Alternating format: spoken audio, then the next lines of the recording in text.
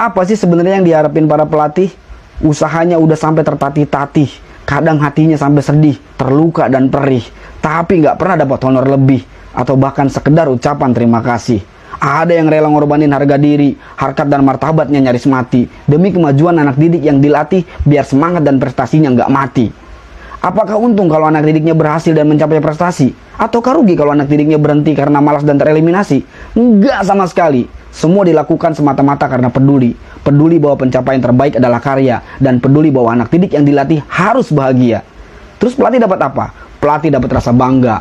Bangga karena menciptakan generasi bangsa yang luar biasa. Meskipun harus mengorbankan segala apa yang dia punya. Mulai dari kerja, keluarga, bahkan cita-cita.